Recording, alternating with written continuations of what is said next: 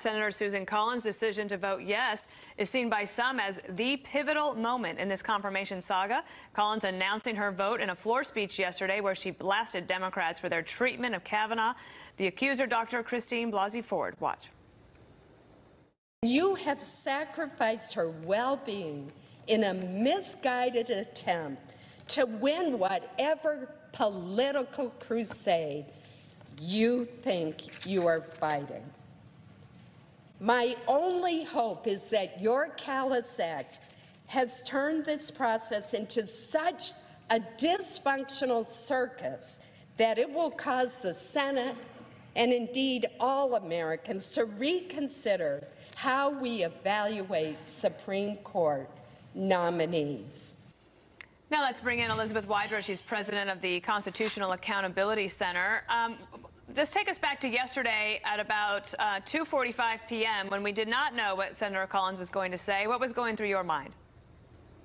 Well, I think what was going through my mind yesterday is what was going through my mind just listening to Chuck Grassley right now. The only way that you can consider this day or this process to somehow be great, as he said, is if you care more about the raw exercise of political power than you do about the legitimacy of the Supreme Court, the integrity of the Senate, the thoughts and feelings and experiences of survivors of sexual assault, and frankly, even Brett Kavanaugh, who will now enter the Supreme Court as a justice with a heavy, dark cloud over his head that, if the Senate was actually interested in doing a real investigation, could have been alleviated if he actually had nothing to fear. So I think Senator Collins' speech yesterday was simply the culmination of a shameful process that has been a discredit to the Senate and will damage the court for a very long time. It's been that way from start to finish throughout this whole confirmation process. Well, let's take a step back then, because Senator Dianne Feinstein had the letter. We all know that. She did not come forward until the last moment. Then we had the last 3 weeks of the investigation, the supplemental FBI investigation, an accusation that was not ever corroborated. Why do you think Brett Kavanaugh, if confirmed to the Senate today in a couple of hours, goes to the Supreme Court with a dark cloud over his head? Well, the investigation wasn't going to find any corroborating information if they didn't interview any of the people who were put forth as having that corroborating information. You can't find what you don't look for in the first place.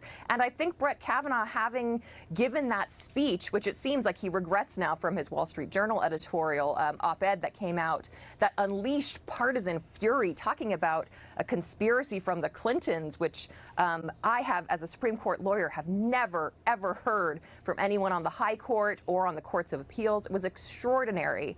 And unleashing that partisan furor might have helped him get to the votes that he needs today to get confirmed, but it is going to place a cloud of partisanship over him and is going to undermine the public's confidence in the Supreme Court as an institution that should be there for all, provide equal justice for all, and not based on ideological divides. So I think the process didn't serve him well.